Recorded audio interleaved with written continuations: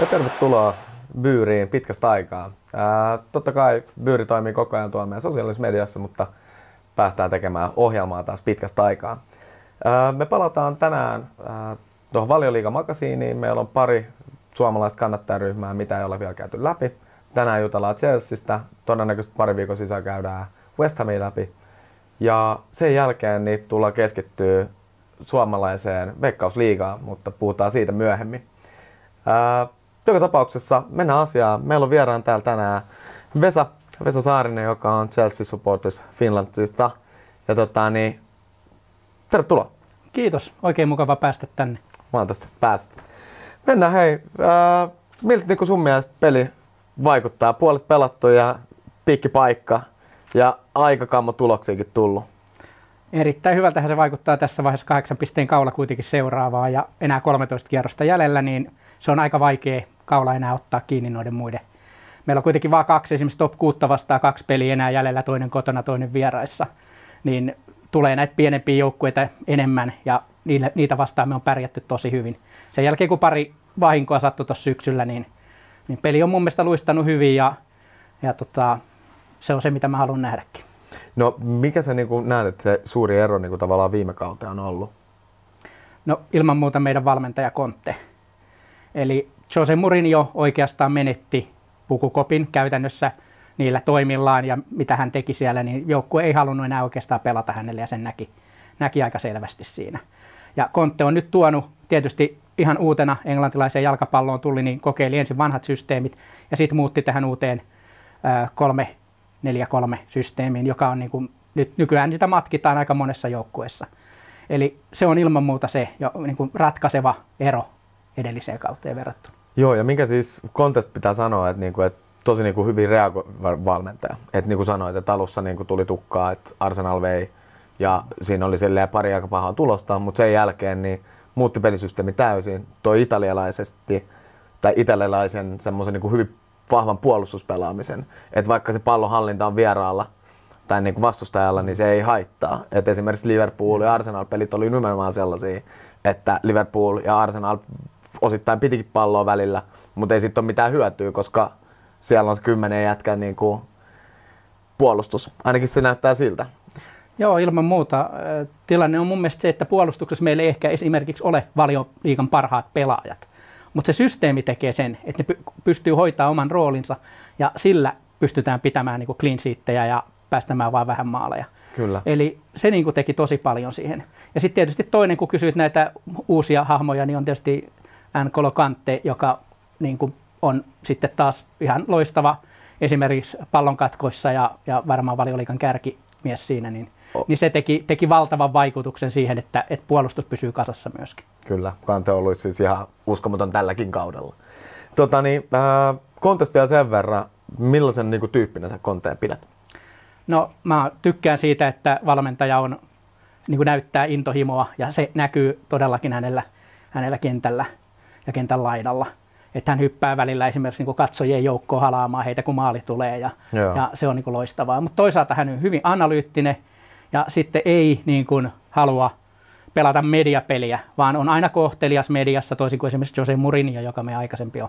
Siinä on hirveä ero. Ja totta kai mä tykkään tästä nykyisestä tyylistä, että musta on ihan kiva, että Jose meni esimerkiksi Manuun ja kyllähän siellä vielä mokaa kunnolla omalla tyylillään. Että mun mielestä meillä on palikat nyt aika hyvin kohdallaan. Totta kai Conte on tullut vasta puoli vuotta sitten suunnilleen Valioliigaan, että tässä on vaan vielä kehitysmahdollisuuksia eteenpäin ja kun hän löytää oikeita pelaajia, niin toivon, että tämä voittoputki jatkuu. Kyllä.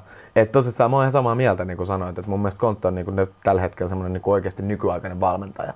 Että hän ja Klopp on ne mun mielestä se ulkoinen habitus. Ja se, miten kantaa sitä, että se innostaminen on hyvin tärkeää.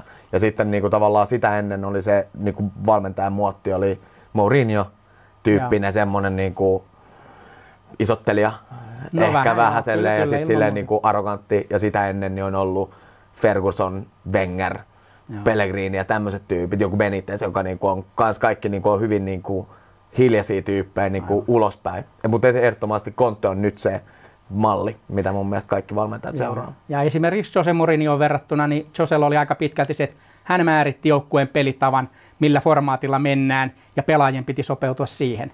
Sitten taas Kontella on toinen, hän löytää niin kuin oikein pelitavan joukkueelle, mihin ne pelaajat just sopii, missä ne voi pelata vahvuuksillaan. Näkyy hyvin Eden Hazardissa, että viime kaudella oli puolustusvelvoitetta kovastikin, nyt ei taas tarvi, kun on tuplattu laidat, niin sitten päästään niin vastahyökkäyksiä. Pelaajat kun nauttii, niin tulostakin tulee. Kyllä, voitetaan se on tosi tärkeää. Kyllä, voitetaan vaan tuo lisää voittoja.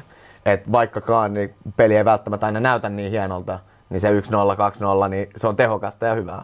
Niin, no sanotaan näin makuasia, että mikä näyttää hienolta, että mun mielestä tehokas peli on hienoa. Kyllä, ehdottomasti. Joo, ehdottomasti. Enkä tulosurheilua kuitenkin. Että, ja niin kuin sanottu, niin se riippuu aina pelistä. Joskus vielä harjoitellaan sitä omaa systeemiä, ollaan alakynnessä, luovutetaan possessiota. Mä en sitä possessiota pidä pelissä niin tärkeänä ollenkaan, mutta se, että sitten kun päästään hyökkäämään, niin sitten tapahtuu niitä transitioita ja saadaan niitä maaleja, niin ihan hyvän suuntaan ollaan menossa. Ja ehdottomasti se reaktiivisuus niin kuin Konten puolelta, että mukautuu siihen peliin, ja se on niin kuin ehdottomasti hyvä. Mutta joo, siinä niin kuin tällä hetkellä. Eli mestaruutta haetaan ja FA Cupissa vielä messissä. FA Cupissa tulee aika kiva vastus niin kuin sivusta katsojalle ainakin. Että ilman muuta tosi tärkeää oli, että saatiin kotipeli, koska nyt tällä kaudella niin vieraspelejä, jos tulee tasapeli, niin ei ole vieraspeli, vaan peli pelataan loppuun sinä päivänä. Ja silloin kotipeli on aina tärkeä, kuka tahansa tulee vastaan, niin mä oon kyllä ihan luottavainen siihen. Nyt se on sitten Man United ja heilläkin on nyt formi parantunut kovasti, mutta en pelkää yhtään. Ja kyllä niin kuin tuplaahan sitä lähdetään hakemaan toista kertaa jo tällä vuosikymmenellä. Kyllä, tuo on aika helppo ja varmasti kiva sanoa. Kyllä, joo. Viime kausi oli tosi huono, että silloin kävin useammassakin pelissä paikan päällä ja en tainnut yhtään voittoa nähdä. Tällä kaudella taas sitten niin tilanne on toinen, että ei ole tullut muita kuin voittoja paikan päällä. Joo. Hyvä. Mennään vähän siihen, että mitkä sä koet, että on niin joukkueen avainpelaajat tällä hetkellä? Joo, pelaajista lähtisin tietysti se N'Golo Kanté siellä puolustuksen pohjalla.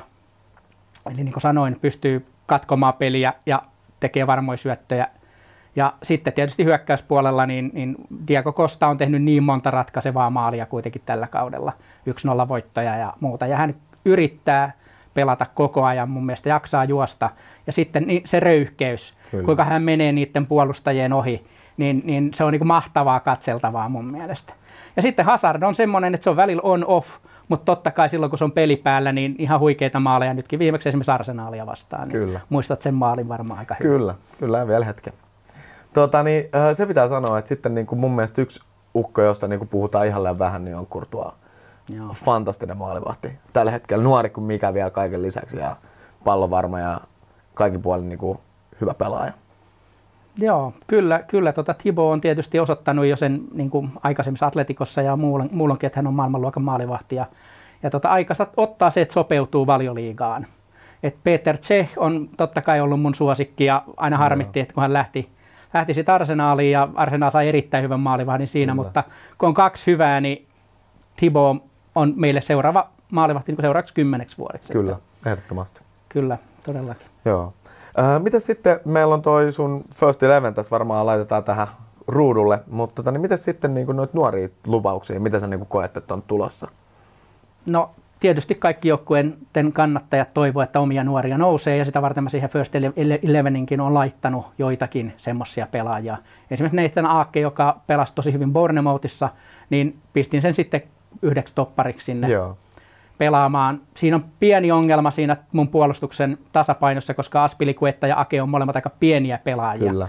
Niin kestääkö sitten Luisin kanssa, mutta halusin nostaa kuitenkin Aken siihen esille. No sitten meiltä löytyy niin kuin Nathaniel Chalobah pelasi 90 minuuttia just tuossa Wolverhampton voitossa. Samoin Kurt Zouma pelasi 90 minuuttia.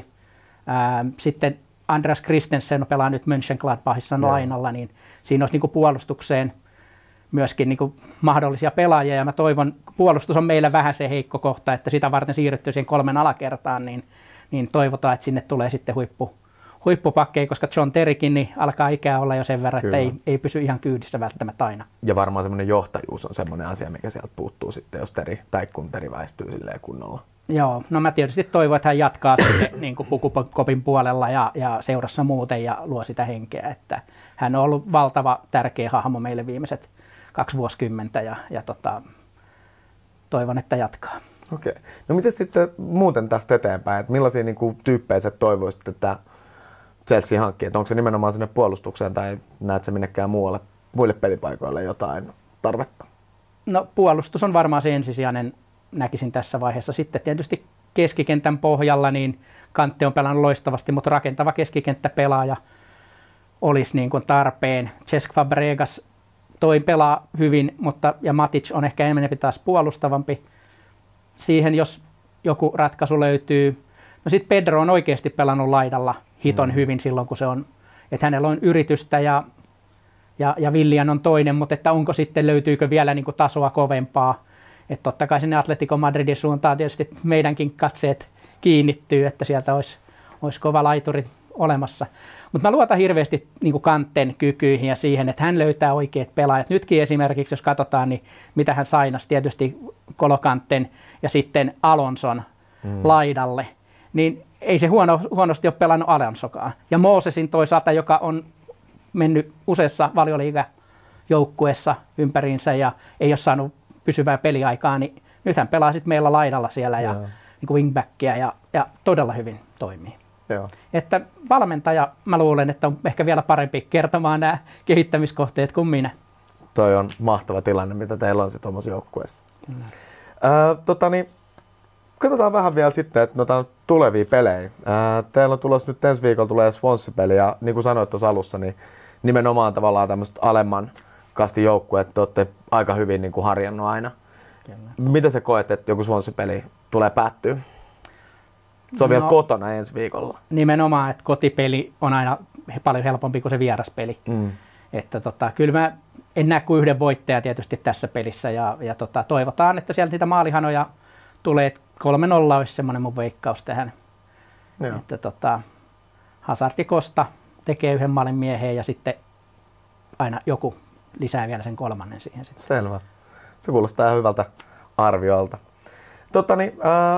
Käydään kohta vähän läpi, pienetään pieni breikki ja käydään sitten läpi vähän niin kuin, että millainen Chelsea Supporters Club oikeasti Suomessa on.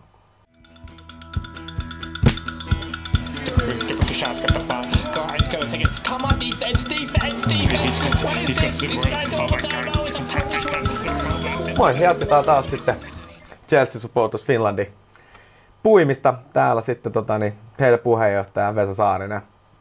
Vesa, kerro vähän meille ja katsojille muutenkin, että mitä teidän yhdistys tekee?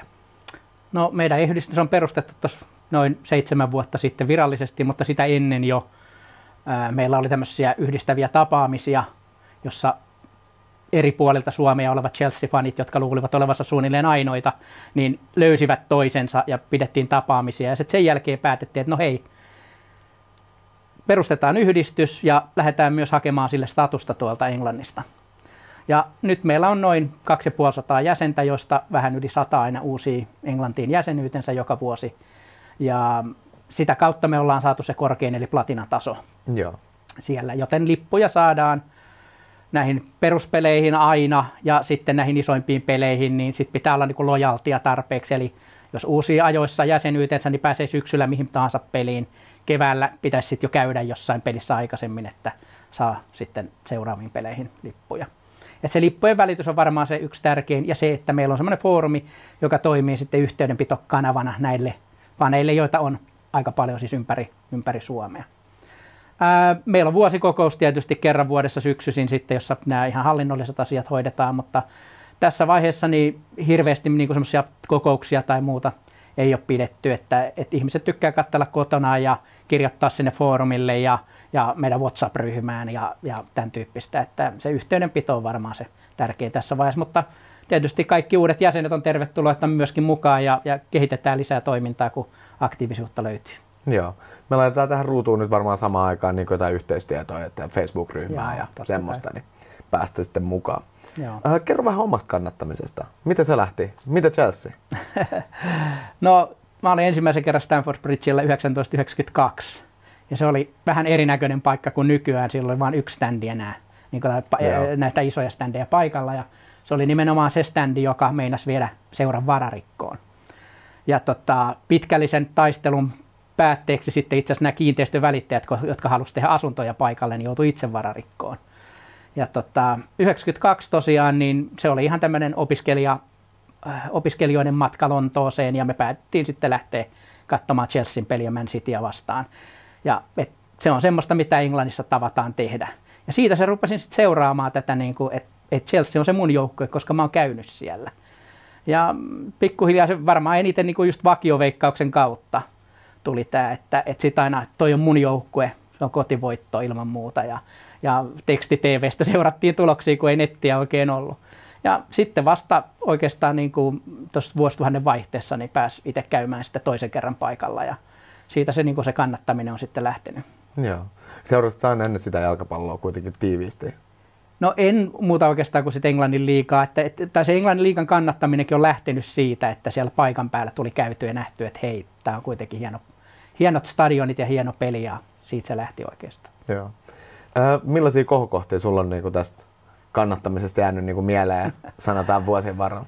No tietysti niin ainakin 4 voisi mainita hyvin helposti, että olin paikan päällä Amsterdamissa, kun voitettiin tuo Eurooppa-liiga, Münchenissä, kun voitettiin Mestareiden liiga, Tottenhamin voittaminen liigakupin finaalissa Wembleyllä, ja sitten tietysti kauden viimeinen kotipeli Sunderlandia vastaan viimeksi, niin voitettiin mestaruus ja juhlittiin sitä sitten siellä Lontoossa. Että nämä on aika helppo luetella tämän tyyppiset. Kyllä, kyllä. Onko se sitten silleen, että monta kertaa sä käyt itse peleissä tällä hetkellä? No se on koko ajan melkein lisääntynyt, että 4-5 kertaa kaudessa käyn, ja yritän vähän kierrellä myös muita stadioneita kuin Stamford Bridgea, että vieraspeleihin ja muita stadioneita ympäri maata. Hienoa. Eli jos Chelsea kiinnostaa ja muutenkin, niin ottakaa yhteyttä, osallistukaa, liittykää seuraan ja kannattakaa foodista.